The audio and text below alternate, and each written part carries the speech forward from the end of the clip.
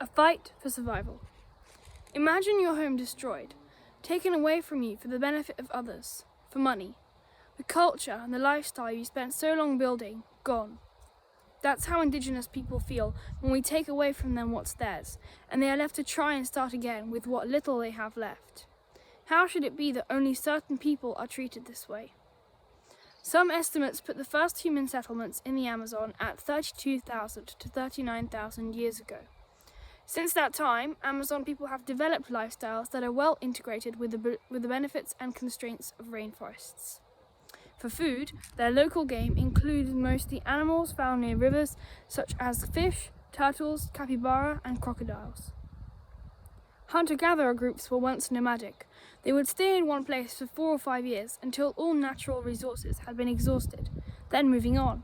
But because of land colonization by non-Indigenous people, so many local groups were forced into sedentary lifestyles and became peasants.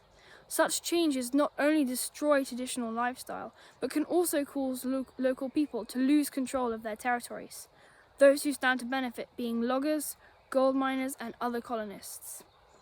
Today, most Amerindian tribes live in indigenous reserves called resguardos, where they practice a lifestyle that integrates both traditional and modern elements.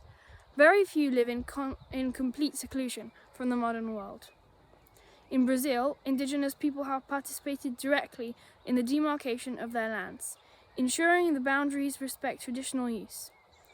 As a result, traditional lands in Brazil are not called resguardos, but indigenous lands. As for their rights, the Brazilian Constitution recognizes the rights of Indigenous people to live in traditional territories according to their lifestyle. It also states that the government is responsible for the demarcation of Indigenous lands and in charge of providing bilingual education and healthcare, adapted to Indigenous needs and beliefs. Although most important Indigenous lands are legally demarcated today, the government has not provided the needed money for education and healthcare. For this reason, many Indigenous people, such as the Yanomami tribe, suffer from high rates of infant mortality. Some Indigenous groups continue to face persecution in various forms. Poor migrant populations that are relocating from overpopulated areas to begin subsistence farming or are in search of gold may infringe on Indigenous territory or compete for the same resources. The Dakota Access Pipeline. The construction of this crude oil pipeline violates the land of the Standing Rock Sioux tribe, passing through it.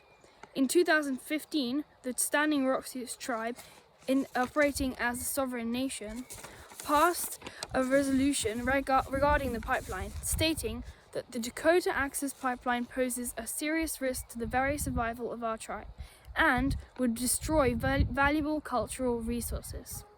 Many native nations, along with non-native allies, celebrities and several politicians supported their movements.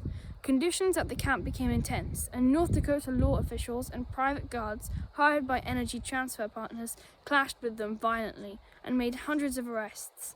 The pipeline went ahead in construction, but now President Joe Biden is being pulled in many directions related to this massive oil pipeline, something that could change the horrible way this tribe has been treated and give them a chance to survive.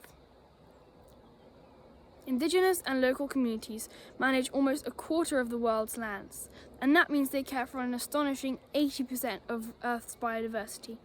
No one helps the land better than they do. Research shows that Indigenous people achieve conservation results at least equal to those in government-run protected areas, with less than even half the budget. Another study shows that from 2000 to 2012, the annual deforestation rates inside tenured Indigenous forest lands across the Amazon were 2 to 3 times lower than outside of them. The message is clear. Indigenous people know best how to protect forests. As effective as they are, the rights of Indigenous people are frequently under assault. President Jair Bolsonaro, elected in 2019, encouraged loggers and miners to illegally seize Indigenous lands. In July, the Wajapi tribe were invaded by armed miners and their leader stabbed fatally. At that same time, infernos tore through the Brazilian Amazon, and according to the MAAP, monitoring of the Andean Amazon project, the fires were started when farmers and miners set ablaze the areas deforested earlier in the year. at Bolsonaro's urging.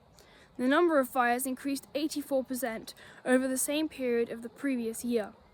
Protecting the rights of Indigenous and local communities and strengthening their economies is not just the right thing to do, it's the smart thing to do. Indigenous people take care of forests better than anyone else in the world, and we all need forests to slow climate change. Planet Earth doesn't need us, we need it. And to do this, we can't just have certain people trying to help. We need all of humanity to help. And for that, all people must be considered equal. Thank you.